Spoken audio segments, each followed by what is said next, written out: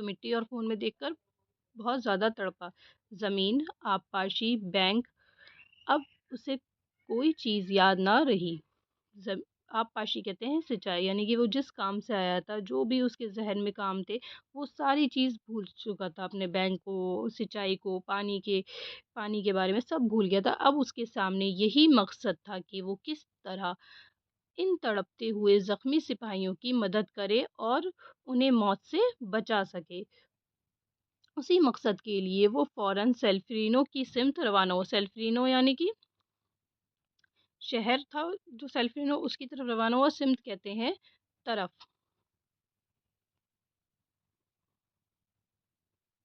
وہاں اور اس کے قریب کے گاؤں کے لوگوں سے ملا، انہیں انسانیت، بھائی چارے کے واسطے دے کر اس بات پر راضی کیا کہ وہ زخمی سپاہیوں کی خیر گیری کرنے میں اس کا ہاتھ بٹائیں گے۔ تو وہاں کے گاؤں گیا اور گاؤں کے لوگوں سے بات چیت کری کہ وہ اس کی مدد کرے زخمیوں کو صحیح کرنے میں۔ اور اس نے کیا نعرہ دیا تھا؟ ہم سب بھائی ہیں۔ ڈونان نے اس نعرے کے خاطر لوگوں کے دلوں میں محبت کا جذبہ پیدا کر دیا کہ ہم سب کون ہیں؟ ایک انسان ہے، اور انسانیت کے ناطے ہم سب کیا ہیں؟ بھائی ہیں۔ تو اس میں کتنے افراد کہتے ہیں لوگ کو، تو 300 افراد اس میں شامل ہوئے اس کے ساتھ، اور اس میں بہت سی خواتین بھی شامل ہوئی۔ خواتین کہتے ہیں عورتوں کو۔ میدان جنگ میں ہزاروں زخمی سپاہی بھوک، پیاس، درد کی تکلیف میں قرارتے نیم مردہ پڑے تھے۔ نیم مردہ، نیم کا مطلب ہوتا ہے آدھا، اور مردہ یعنی کہ مرے ہوئے، یعنی کہ ادھ مرے سے پڑے تھے۔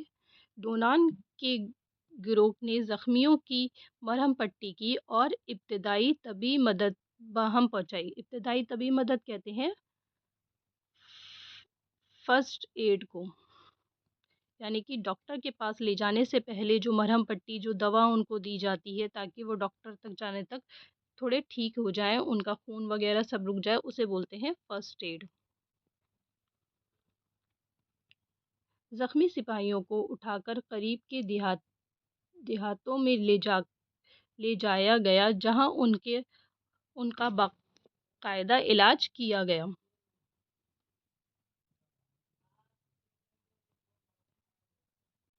لڑائی ختم ہو گئی، لیکن ڈونان کی بے چینی قائم رہی۔ اس نے جنیوا میں دوبارہ اپنے کاروبار میں دلچسپی لینے کی کوشش کی، لیکن زخمی سپاہیوں کا دکھ اور تکلیف وہ نہ بھول سکا۔ اس کے ذہن میں پھر وہی چیز ساری چلنے لگی، وہی سب ہونے لگا، لوگوں کی کیسے مدد کی جائے اور کیسے ان کو فائدہ پہنچایا جائے۔ اب وہ ایک ایسی باقاعدہ تنظیم کا خواب دیکھنے لگا جو عالمی پیمانے پر زخمی سپاہیوں کی مدد کر سکے۔ تنظیم یعنی کہ آرگنائزیشن، عالمی یعنی کہ پورے ورلڈ وائڈ، یعنی کہ پورے ورلڈ وائڈ وہ لوگوں کی مدد کر سکے۔ 1861 میں اس نے سیلفرینو کی یاد میں نامی ایک کتابچہ تیار کیا، یعنی کہ اس نے کچھ کتابچہ یعنی کہ کتاب تیار کری۔ کیا نام تھا؟ سیلفرینو کی یاد میں، اور اس کی ہزاروں کاپیاں چھپوا کر یورپ میں تقسیم کروا دی۔ تقسیم یعنی کہ بٹوا دی۔ اس کتابچے نے یورپ میں ایک تہلکہ مچا دیا۔ جنگ کے بھیانک نتائج کو پڑھ کر باشعور طبقہ چونک پڑا، اور سبھوں نے ایسی سوسائٹی کی ضرورت محسوس کی جو زخمی سپاہیوں کی مدد کے لیے منظم طریقے سے کچھ کر سکے۔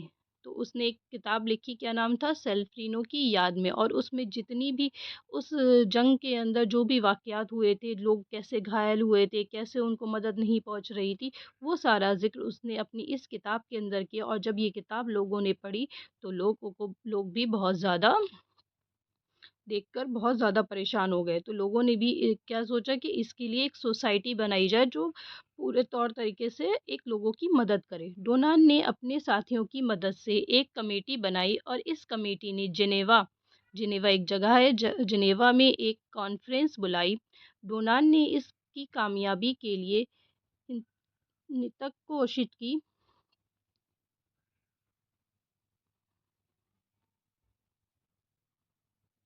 وہ لوگوں سے ملتا، انہیں کانفرنس میں شامل ہونے کی دعوت دیتا، اپنے مقصد میں کامیابی کے لیے ان کی مدد مانگتا۔ اس نے ہزاروں خطوط دنیا بھر میں بھیجے۔ خطوط یعنی کہ خط، خط کی جمع ہے خطوط۔ اس کی مخالفت بھی ہوئی، مخالفت یعنی کہ اس کے اپوز میں بھی لوگ رہے، لیکن وہ اپنی دھن کا پکا تھا، اس نے کسی کی بھی نہیں سنی۔ آخر اکتوبر 1863 میں کانفرنس ہوئی، جس میں 17 ملکوں کے نمائندوں نے شرکت کی۔ جلسے میں سوسائٹی کے اغراض و مقاصد پر غور کیا گیا۔ اس کے بعد جنیوا کی دوسری میٹنگ میں ایک تجویز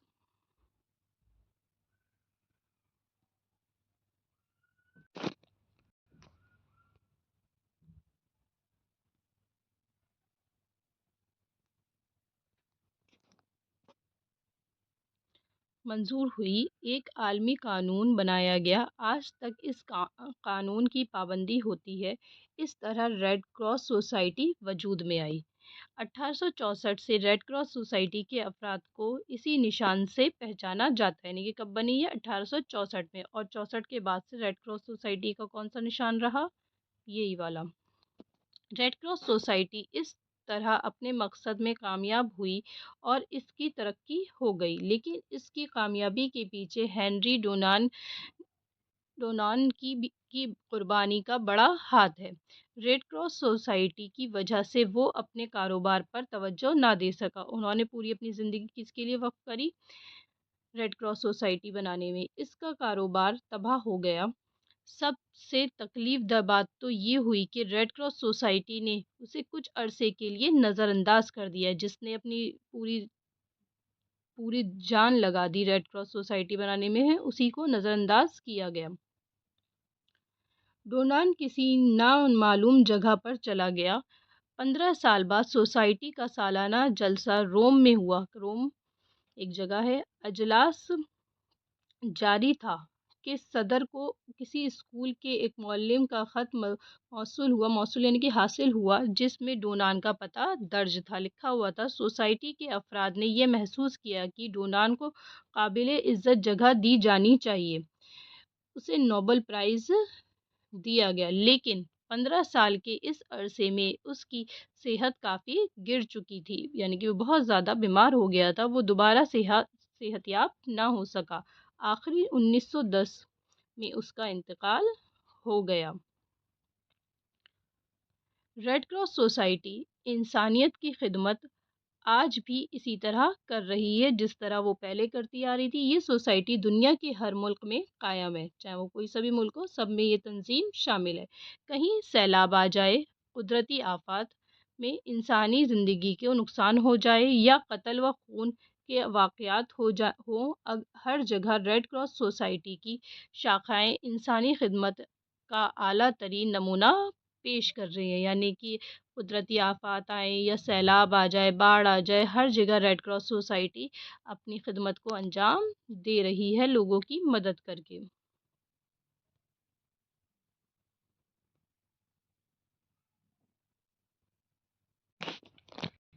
تو ہمیں خدمت خلق کو اپنی زندگی میں مشن بنا لینا بڑا کام ہے۔ ذاتی نقصان کے باوجود ڈونان نے دنیا کے لیے جو نمایاں کام کیے، ایسے کاموں کی زیادہ مثالیں نہیں ملتی۔ ایسے لوگ قابل قدر ہوتے ہیں جنہوں نے دوسروں کے لیے اپنی زندگی کو توجہ نہیں دی ہوتی۔ ڈونان نے ایک چھوٹے سے شہر میں جس کی بنیاد رکھی، وہ پوری دنیا میں پھیلی۔ اس کا پیغام آج ہر خاص و عام دیا جاتا ہے۔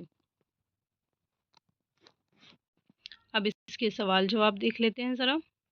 ہنری ڈونان نیپولین سے کس مقصد سے ملنے گیا تھا؟ ڈونان کو ریڈ کراس سوسائٹی قائم کرنے کا خیال کیوں پیدا ہوا؟ ریڈ کراس سوسائٹی کے مقصد کیا ہیں؟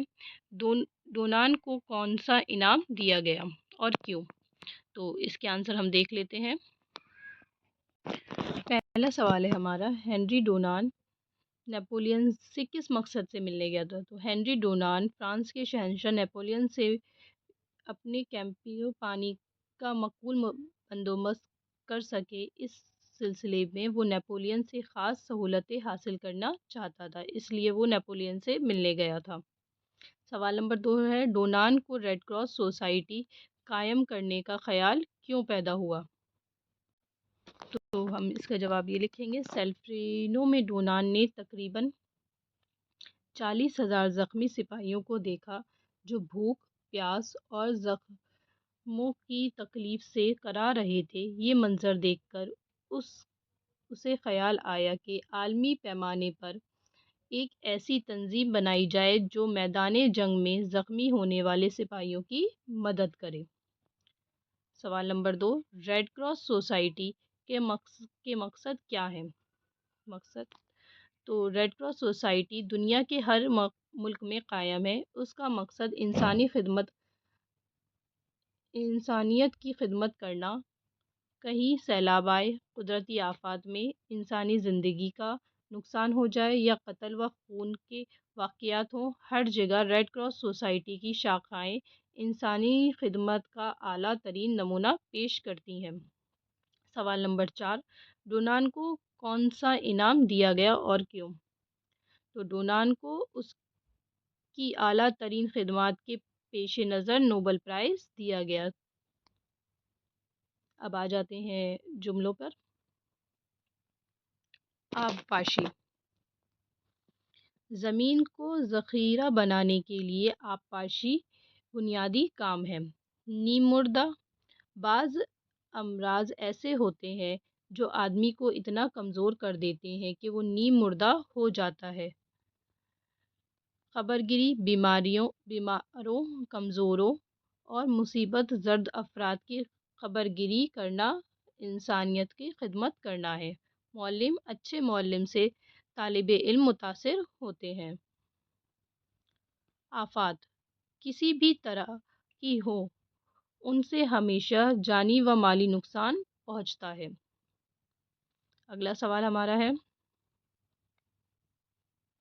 نیچے لکھے ہوئے لفظوں کے واحد لکھنے۔ یہاں پر آپ کو جمع دی گئی ہیں اور آپ کو اس کی واحد بنانی ہے۔ جمع کہتے ہیں بہت ساروں کو، واحد کا مطلب ایک ہوتا ہے۔ یہاں جیسے آپ کو لفظ کہہ دیا معلومات، معلومات کا ہو جائے گا معلوم۔ ممالک کا ملک۔ نتائج کا نتیجہ، مقاصد مقصد، خطوط خط، آفات آفت، افراد فرد، نقصانات نقصان، خدمات خدمت۔ اسی طرح نیچے آپ کو نیچے لکھے ہوئے لفظوں کے واحد یہاں پر واحد لکھا ہوا ہے، یہ غلط ہے، واحد نہیں بنانے، یہاں پر لفظوں کے متضاد بنانے ہیں۔ آپ کو متضاد کہتے ہیں اپوزٹ ورڈز کو۔ دکھ سکھ، جنگ امن، مخالف مواقف، زندگی موت، مردہ